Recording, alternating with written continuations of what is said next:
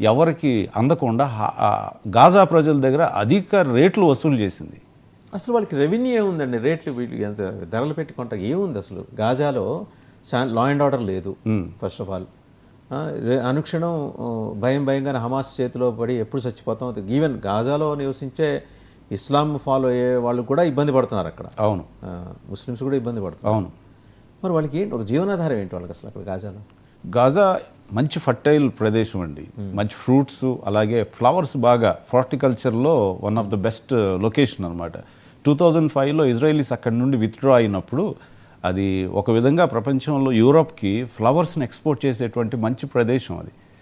అక్కడ వాళ్ళకి కొంత ఇన్కమ్ అనేది ఉంది. కానీ ఆ ప్రజలు వాళ్ళు దాచుకున్న డబ్బంతా ఎంతో కొంత మనం సేవింగ్ చేసుకుంటాం కదండి, ఆ సేవింగ్ అమౌంట్ని హమాస్ ఏం చేస్తుందంటే ఈ ఎయిడ్ని వాళ్ళకి డైరెక్ట్ ఇవ్వకుండా ఈ ఎయిడ్ని వాళ్ళు దాచిపెట్టేసి బ్లాక్ మార్కెట్లో అమ్ముతున్నారు. ఎక్కువ రేట్లకు అమ్ముతున్నారు. ఎప్పుడైతే ఈ అమెరికన్ కంపెనీ వచ్చి డిస్ట్రిబ్యూట్ చేస్తుందో ఫ్రీగా దొరకడం స్టార్ట్ అయింది. ప్రజలు ఏం చేశారు?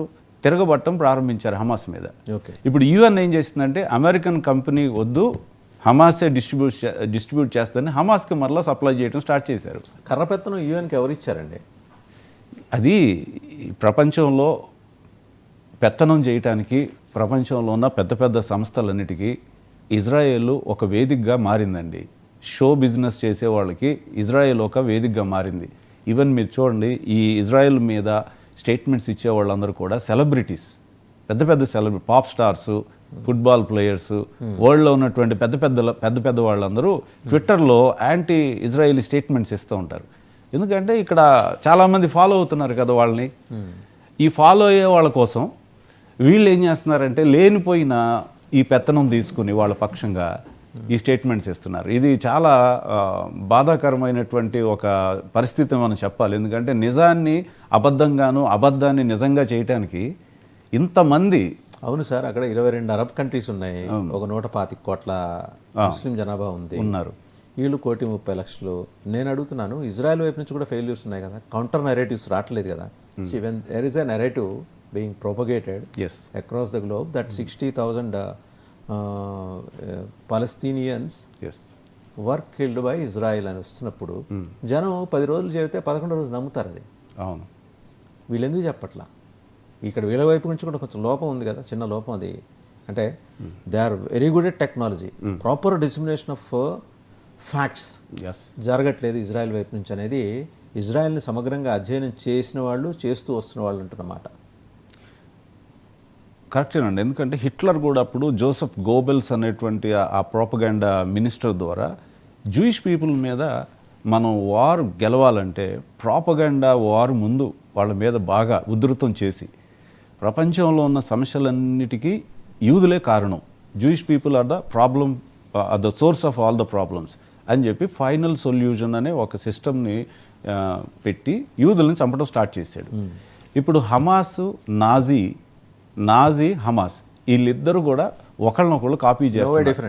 No way different, same one and the same. ప్రపంచంలో ఉన్నటువంటి 120 కోట్ల మంది ఇస్లాం మతాభిమానులు ఎవరైనా ఉన్నప్పటికి కూడా గాజా ప్రజలకు అనుకూలంగా వాళ్ళందరూ ప్రాపగండా చేస్తే ఇజ్రాయెల్ వాళ్ళతో అవుట్ నంబర్ అయిపోతుంది. వాళ్ళు ఉన్నది 1 crore.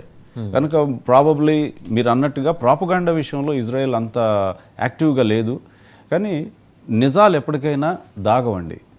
నిజాన్ని ప్రాపగేట్ చేయకపోయినా అంతిమంగా తప్పకుండా నిజమే గెలుస్తుంది. మనం చూసినంత వరకు ఇజ్రాయెల్ ఎక్కడ కూడా ఏదన్నా వార్లు, ఆపరేషనల్ మిస్టేక్స్ ఎక్కడైనా జరుగుతాయేమో కానీ వాంటెడ్గా ఇజ్రాయలీస్ పిల్లల్ని చంపాలని, స్త్రీలను చంపాలని, లేదా వృద్ధులను చంపాలని ఇలాంటి ఉద్దేశం ఇజ్రాయెల్ ఆర్మీలో, నేను ఇజ్రాయెల్కి వెళ్తూ 1997 నుండి యాసర్ అరఫాత్ టైం దగ్గర నుండి నేను ఇజ్రాయెల్ వెళ్తూ ఉన్నాను. ఆ కాన్ఫ్లిక్ట్స్ చూసాను. అంటే ఆ టైంలో no, I never met Yasser Arafat అండి. అప్పుడు ఆయనకి సీనియర్ ఏజ్లో ఉన్నారు, ఆయన పెద్ద వయసులో. అప్పటికి ఆయన సెక్యూరిటీ సిచ్యువేషన్ వల్ల ఆయన కలవటానికి వీలు కుదిరేటువంటి పరిస్థితి కాదు. బట్ ఎక్కడ కూడా ఇజ్రాయేలీ ఆర్మీ, మేము డైరెక్ట్గా కాన్ఫ్లిక్ట్స్ జరుగుతున్నటువంటి ఏరియాలో నేను అనేక సార్లు ఆ కార్లో ట్రావెల్ చేస్తూ మేము ఆగి చూసాం. ఇజ్రాయేలీ ఆర్మీ నిజంగా ఇలాంటి పరిస్థితులు పాల్పడుతుందా అని చూస్తే వాళ్ళు సాధ్యమైనంత వరకు వాళ్ళతో మాట్లాడి శాంతిపరచడానికే చూస్తారు. కాన్ఫ్లిక్ట్ని ఎక్కడ కూడా వాళ్ళు ఎంకరేజ్ చేయరు. బట్ సిచ్యువేషన్ ఏంటంటే పొలిటికల్ కొంతమంది ఉన్నారండి, అక్కడ అశాంతిని రగిలించి చలిమంట కాగుతున్నారు. ఈ సిచ్యువేషన్ని ఆగాలంటే పొలిటికల్గానే అక్కడ నిర్ణయం జరగాలి. సరే, ఇంకోటి ఆ రిపోర్ట్లో ఏం రాసుకుంటూ వచ్చారంటే యుఎన్